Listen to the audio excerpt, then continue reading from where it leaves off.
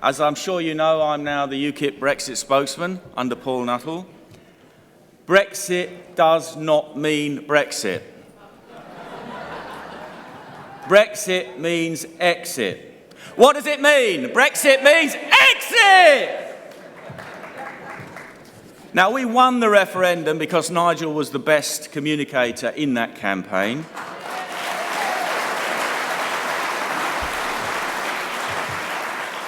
And not least because of the thousands of UKIP boots on the ground during that campaign. You won it. Now, we formed this party in 1993, but a referendum was Plan B. Plan A was that we had a patriotic government that took this country out of the European Union. Unfortunately, we haven't had a patriotic government since the end of the Second World War, at least not as far as the EU is concerned.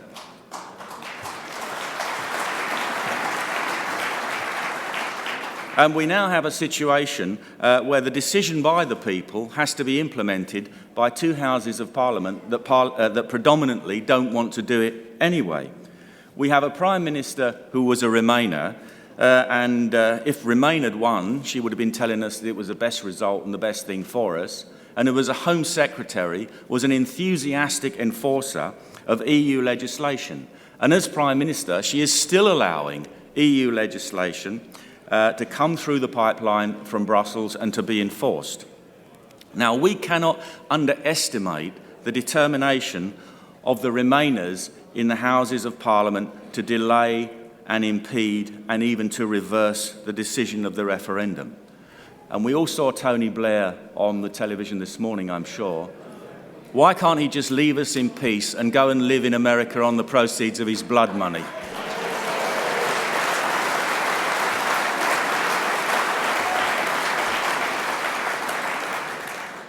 Now, the job of UKIP in this leaving process is twofold. It's to describe the means whereby the UK could leave the EU as quickly and as cleanly as possible, and to monitor and scrutinise and hold to account the government during that process.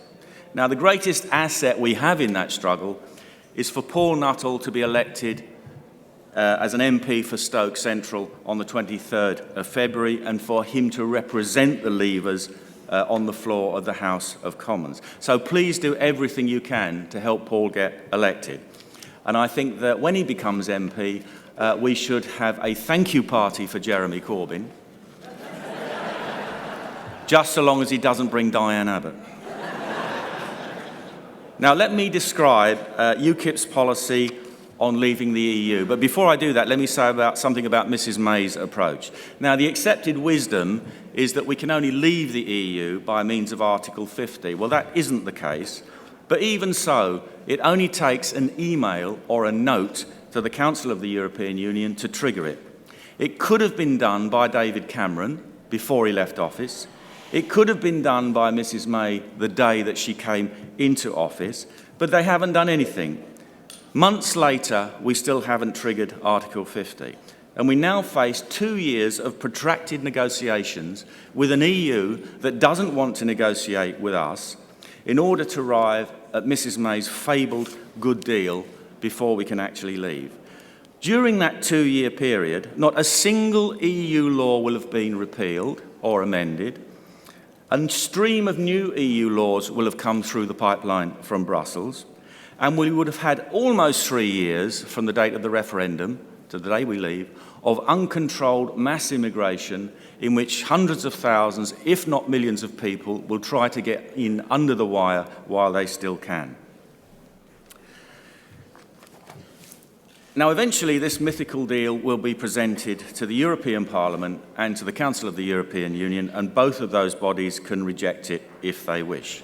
Our own Parliament can reject it if they wish. Now, what happens next? Well, under Article 50, the negotiations can be extended indefinitely by the mutual agreement of all the member states. And of course, they don't want us to leave anyway. Or we could just leave unilaterally anyway. So maybe we should just do that now.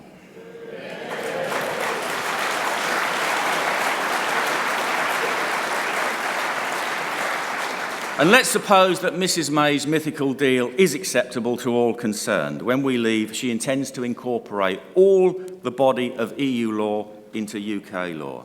Only then will our government and Parliament begin the job of repealing or amending the literally tens of thousands of pieces of legislation which govern this country from Brussels. Now, Mrs May is going into these negotiations as a supplicant. She's asking the EU how we can leave. She should be going in as a British lion, telling them how we're going to leave.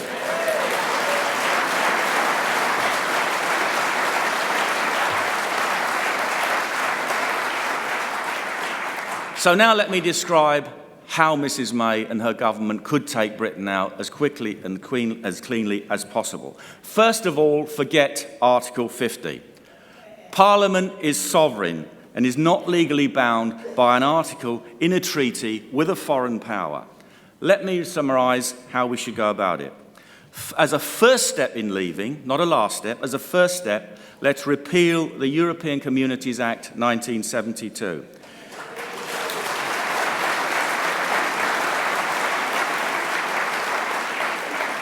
This would mean that we were no longer members of the EU according to our law and would remove us from the jurisdiction of the European Court of Justice. This puts our government in control of the process and not the European Union.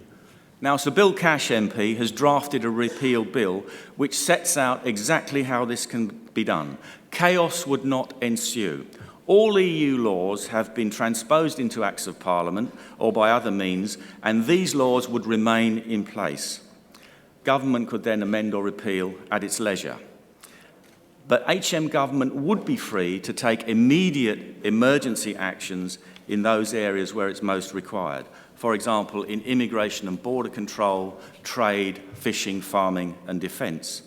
Regarding immigration, we should immediately introduce border controls and decide which EU nationals could have continued free entry or visa-free entry into the UK and which could not. Now, we have the knotty problem of securing the rights of UK citizens living in the UK, living in EU member states. In reality, the EU cannot guarantee this, and I know this from first-hand experience as an MEP in dealing with British citizens' problems in the EU. EU cannot enforce its own laws in EU member states. So I believe that the government should go to each one of the other 27 member states and secure those guarantees on our citizens' behalf.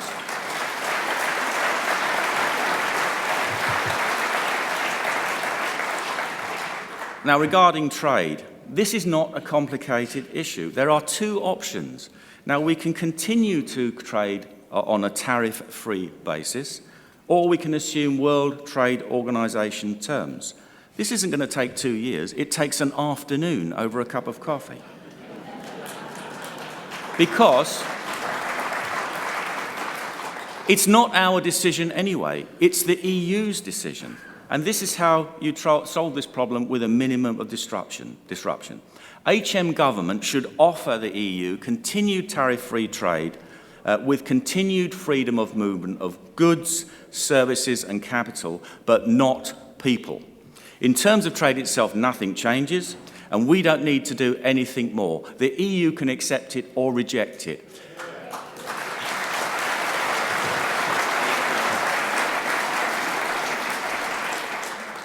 If the EU rejects it, then it has to explain to its industries in France, Germany, Italy, etc., why it is allowing World Trade Organization rules to apply and the fairly minimal anyway, common external tariffs to apply. Now, I'm being asked to move on, but I'm going to beg your indulgence for a couple of minutes because I think this is a very important subject and I know that you're all eager to hear it. So please give me a couple more minutes. HM government should immediately repeal the common fisheries policy and take back our territorial waters.